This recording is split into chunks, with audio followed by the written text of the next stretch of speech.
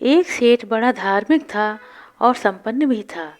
एक बार उसने अपने घर पर पूजा पाठ रखी और पूरे शहर को न्योता दिया। पूजा पाठ के लिए बनारस से एक विद्वान शास्त्री जी को बुलाया गया और खान पान की व्यवस्था के लिए शुद्ध घी के भोजन की व्यवस्था की गई, जिसको बनाने के लिए एक महिला जो पास के गांव में रहा करती थी को सुपुर्द कर दिया गया।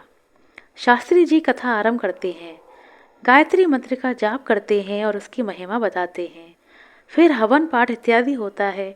लोग आने लगे और अंत में सब भोजन का आनंद लेते हुए अपने घर वापस चले गए। ये सिलसिला रोज चलता है। भोज्य प्रसाद बनाने वाली महिला बड़ी कुशल थी। वो अपना काम करके बीच बीच में कथा आदि सुन लिया करती थी। रोज की तरह एक दिन शास्त्री जी ने गायत्री मंत्र का जाप किया और उसकी महिमा का बखान करते हुए कहा कि इस महामंत्र को पूरे मन से एकाग्रचित होकर किया जाए तो इस भव सागर से पार हुआ जा सकता है। इंसान जन्म मरण के झंझटों से मुक्त हो सकता है।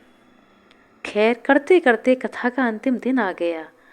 वह महिला उस दिन समय से पहले आ गई और शास्त्री जी के पास पहुंची। उन्हें प्रणाम किया और कहा, शास्त्री जी, आपसे एक निवेदन है। शास्त्री जी उसे पहचानते थे। उन्होंने उसे रसोई में खाना बनाते हुए देखा था। वे बोले, कहो क्या कहना चाहती हो। वह थोड़ा संकोच करते हुए बोली, शास्त्री जी, मैं एक गरीब महिला हूँ और पास के ही गांव में रहती हूँ। मेरी इच्छा है कि आज का भोजन आप मेरी झोपड़ी में करें। सेठ जी भी वहीं थे।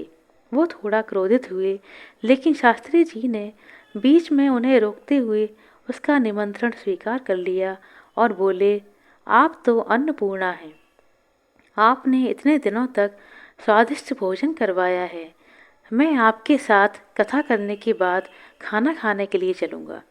महिला प्रसन्न हुई और अपने काम में लग गई। कथा खत्म हुई और वो शास्त्री जी के पास पहुंची। वचन के अनुसार शास्त्री जी चल पड़े गांव की सीमा पर। पहुंचे तो देखा सामने नदी है। शास्त्री जी ठिठक कर रुक गए। बारिश का मौसम होने के कारण नदी अपने उफान पर थी और कहीं भी कोई नाव दिखाई नहीं दे रही थी। शास्त्री जी को रुकता देख महिला ने अपने वस्त्रों को ठीक से अपने शरीर पर लपेटा और इससे पहले कि शास्त्री जी कुछ समझते, उसने शास्त्री जी का हाथ पकड़कर नदी में छलांग लगा दी और जोर जोर से ओम भूर्भुवः स्वः, ओम भूर्भुवः स्वः बोलने लगी और एक हाथ से तैरते हुए कुछ ही क्षणों में उफनती नदी की तेज धारा को पार करके दूसरे किनारे पर पहुंच गई। शास्त्री जी पूरे भीग गए और क्रोध में चिल्लाकर बोले, मूर्ख औरत, ये क्या पागलपन है। अगर हम डूब जाते तो।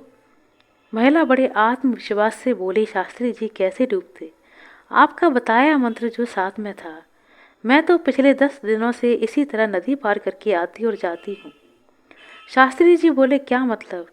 महिला बोली कि आपने ही तो कहा था कि इस मंत्र से भव सागर को पार किया जा सकता है, लेकिन इसके कठिन शब्द मुझसे याद नहीं हुए।